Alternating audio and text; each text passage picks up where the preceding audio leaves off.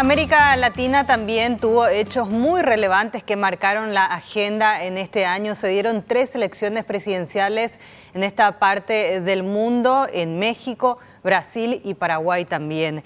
El éxodo de los migrantes fue uno de los puntos principales, la cantidad de personas que salieron de sus países, principalmente Venezuela, que tiene a personas en todo el mundo. También en Nicaragua, una ola de protestas que hasta ahora no mengua. El presidente que está bajo la mira de la Organización de Estados Americanos, incluso.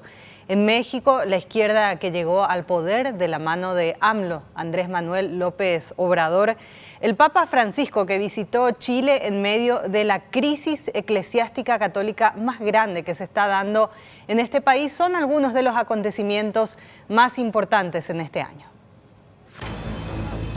El río fue apenas el primer obstáculo. ¡Ay, Dios mío, por favor!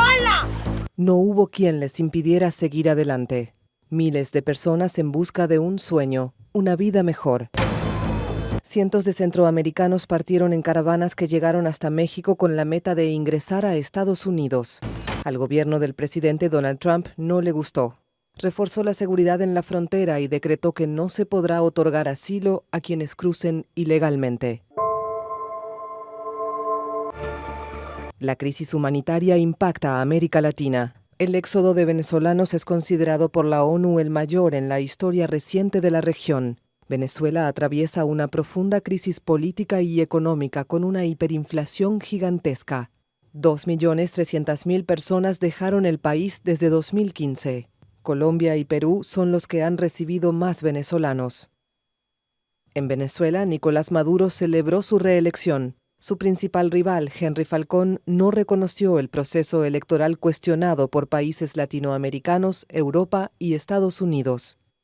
En mayo, durante un acto militar, el mandatario sufrió lo que denunció como un ataque con drones cargados de explosivos.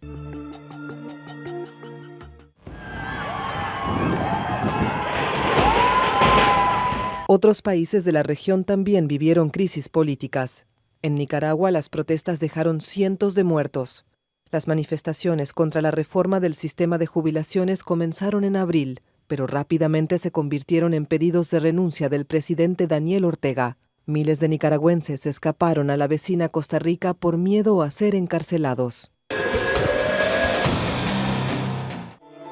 En Perú, en medio de escándalos de corrupción y amenazado por un impeachment, el entonces presidente Pedro Pablo Kuczynski renunció. Martín Vizcarra asumió en su lugar.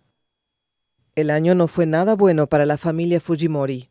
La Suprema Corte anuló el indulto al expresidente Alberto Fujimori y ordenó que volviera a prisión, pero terminó hospitalizado alegando problemas de salud. Su hija Keiko, líder opositora, fue encarcelada acusada de recibir dinero de la constructora Odebrecht. Hundida en una dura recesión, Argentina vivió un año de protestas luego de que el gobierno de Mauricio Macri pidiera un préstamo millonario al Fondo Monetario Internacional para contener la crisis. A cambio, tuvo que aprobar un cuestionado plan de austeridad. La inflación volvió a asustar y el peso se desvalorizó fuertemente frente al dólar. En México, el izquierdista Andrés Manuel López Obrador fue elegido presidente. A sus 64 años, AMLO, como es conocido, logró capitalizar el cansancio de la población tras 6 años de gobierno de Enrique Peña Nieto, un mandato marcado por la corrupción y por denuncias de violaciones a los derechos humanos. En Brasil, el año comenzó con derrotas para el expresidente Luiz Inácio Lula da Silva. En enero fue condenado en segunda instancia por un caso de corrupción. Aún así, el Partido de los Trabajadores mantuvo su candidatura para las presidenciales. En abril, el juez federal Sergio Moro ordenó su encarcelamiento. Lula se atrincheró en el sindicato de los metalúrgicos, pero finalmente 2 días más tarde se entregó a la policía. Desde la cárcel de Curitiba, el líder de izquierda intentó hasta último momento aspirar a la presidencia, pero en septiembre su candidatura fue rechazada por el Tribunal Superior Electoral.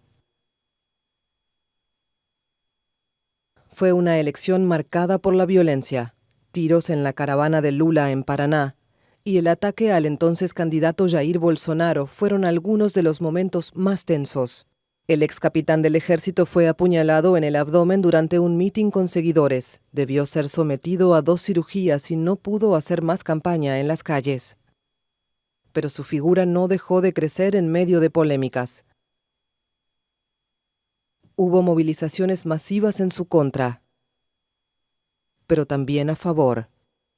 Fue el más votado en el primer turno y en segunda vuelta se impuso al izquierdista Fernando Haddad con 55% de los votos válidos.